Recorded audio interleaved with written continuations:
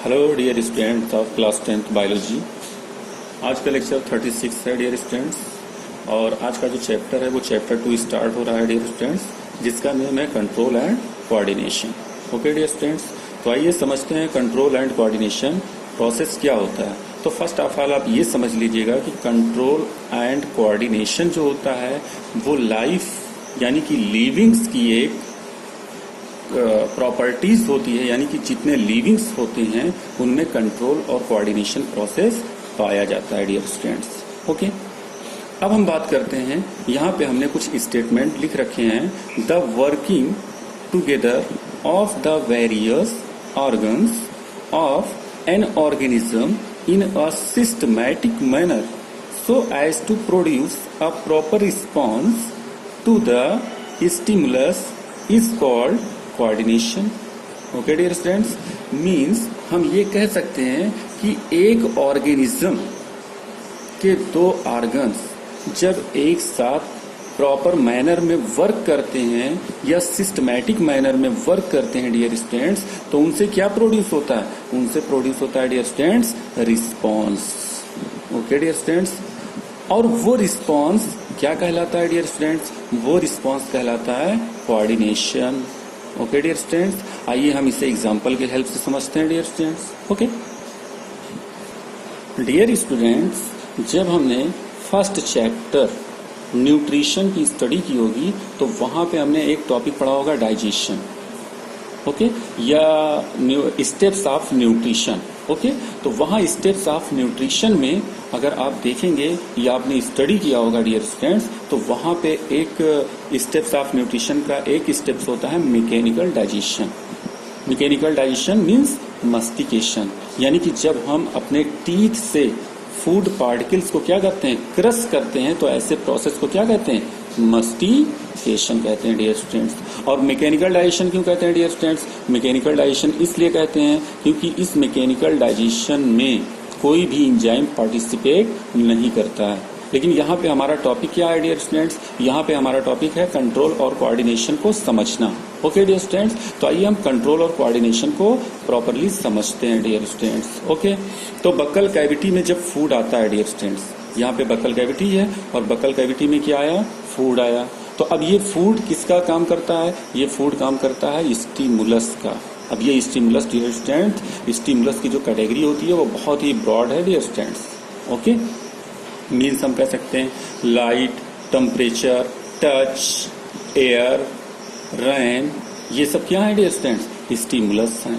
और भी बहुत सारे हैं जो कि स्टिमुलस हैं, हम बाद में इस पे डिस्कस करेंगे। ओके डियर स्टूडेंट्स, तो यहाँ पे जो स्टिमुलस है वो क्या है डियर स्टूडेंट्स? फूड है। ओके, अब ये फूड जब बक्कल कैविटी के अंदर आता है तो टंग और टीथ, जो कि हमारे बॉडी के ही, हमारे बक्कल कैविटी के ही दो अलग अलग ऑर्गन हैं। ओके, टंग है और टीथ है।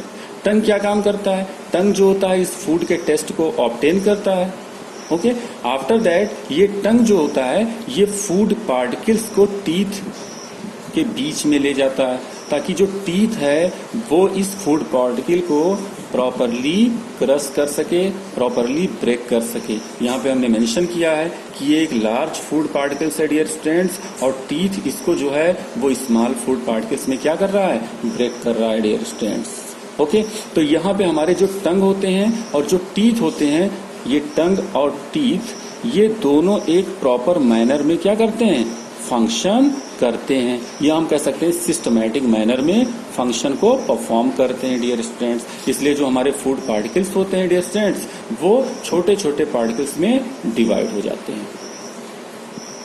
अब आप थिंक करिए, कभी कभी हम जब खाना खाते हैं तो हम बातें करना शुरू कर देते हैं।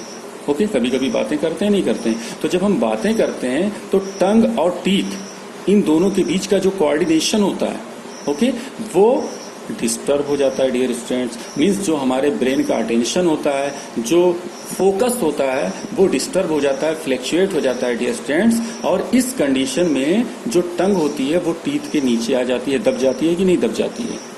ओके डियर स्टूडेंट्स, ये नियर अबाउट लगभग सभी के साथ होता है कभी ना कभी डियर स्टूडेंट्स। ओके, तो इसी को हम क्या कहते हैं? कोऑर्डिनेशन कहते हैं, कि टंग और टीथ के बीच एक कोऑर्डिनेशन होता है। और जब ये एक कोऑर्डिनेशन एक सिस्टमेटिक मैनर में जब वर्क करते हैं तो जो फूड पार्टिकल्स होता है वो छोटे छोटे या स्मॉल पार्टिकल्स में क्या होता है, ब्रेक होता रहता है डियर स्टूडेंट्स। लेकिन अगर इनके बीच का जो कोऑर्डिनेशन अगर कहीं डिस्टर्ब हुआ, हमारा अटेंशन कहीं अलग चला गया, तो इनके बीच का कोऑर्डिनेशन क्या हो जाता है, फ्लैक्चुएट कर जाता है, जिस वजह से जो टंग होता है वो टीथ के नीचे दब जाता है dear students. Okay, now next dear student, next topic जो है या नेक्स्ट पॉइंट जो है वो स्टडी करना है स्टिमुलाई।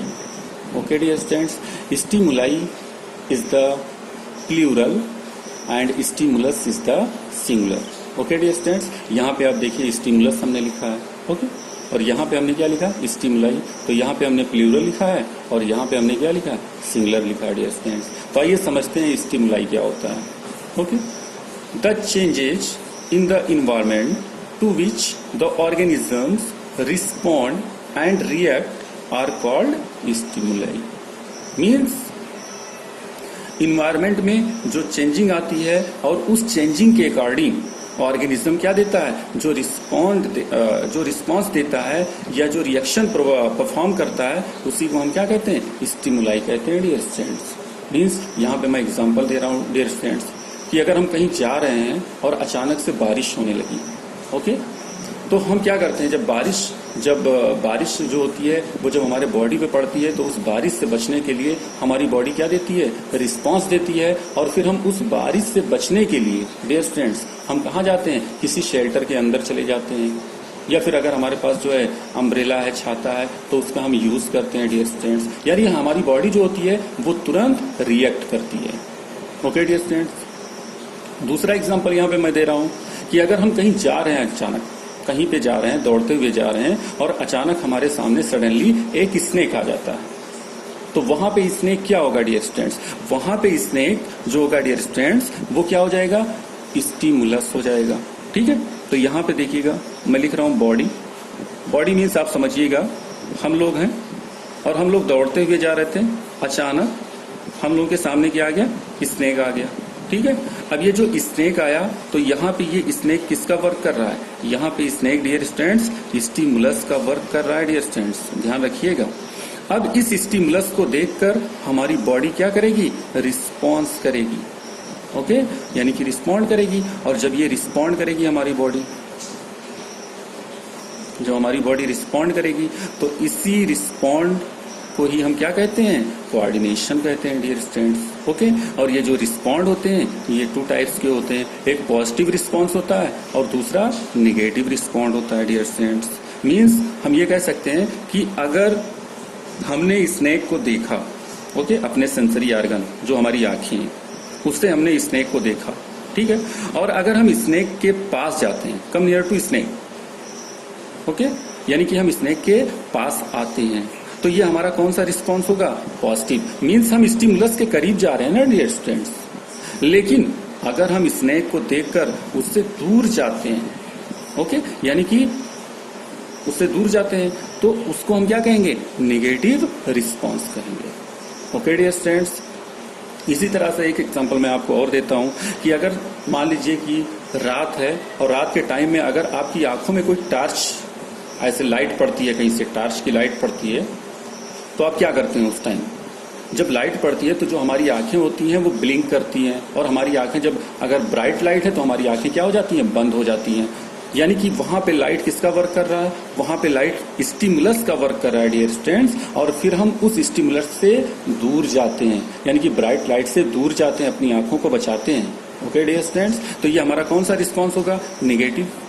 लेकिन अगर ब्राइट लाइट नहीं है, बहुत हल्की लाइट है जिसे हम जो है वो एडजस्ट कर सकते हैं, ओके डियर स्टूडेंट्स, या मीन्स हमारी आंखें ज्यादा ब्लिंक नहीं कर रही हैं, तो फिर हम ये देखते हैं कि ये जो लाइट आ रही है हमारी आंखों में ये आ कहां से रही है। मीन्स हम उस लाइट को सर्च करते हैं कि इसका जो सोर्स है वो कहां से आ रहा है। ठीक है, तो ये हम लाइट के करीब जाएंगे फिर इस कंडीशन में, तो ये हमारा कौन सा रिस्पॉन्स हो जाएगा डियर स्टूडेंट्स, पॉजिटिव रिस्पॉन्स हो जाएगा डियर स्टूडेंट्स। मीन्स अगर स्टिमुलस के करीब जाते हैं तो पॉजिटिव रिस्पॉन्स, और अगर स्टिमुलस से दूर जाते हैं तो निगेटिव रिस्पॉन्स। और स्टिमुलस जो होता है इसका जो लिस्ट है वो बहुत ही ब्रॉड है डियर स्टूडेंट्स। यहाँ पे हमने 2-3 चीजें लिखी हैं, लाइट, हीट, कोल्ड, टेम्परेचर भी हो सकता है, वाटर भी हो सकता है, रेन वाटर भी हो सकता है, ओके डियर स्टूडेंट्स, एयर भी हो सकता है, या कोई ह्यूमन बॉडी भी हो सकती है, या कोई एनिमल्स भी हो सकता है। तो ऐसे बहुत सारे जो हैं वो स्टिमुलस के क्या है, एग्जाम्पल है डियर स्टूडेंट्स। ओके,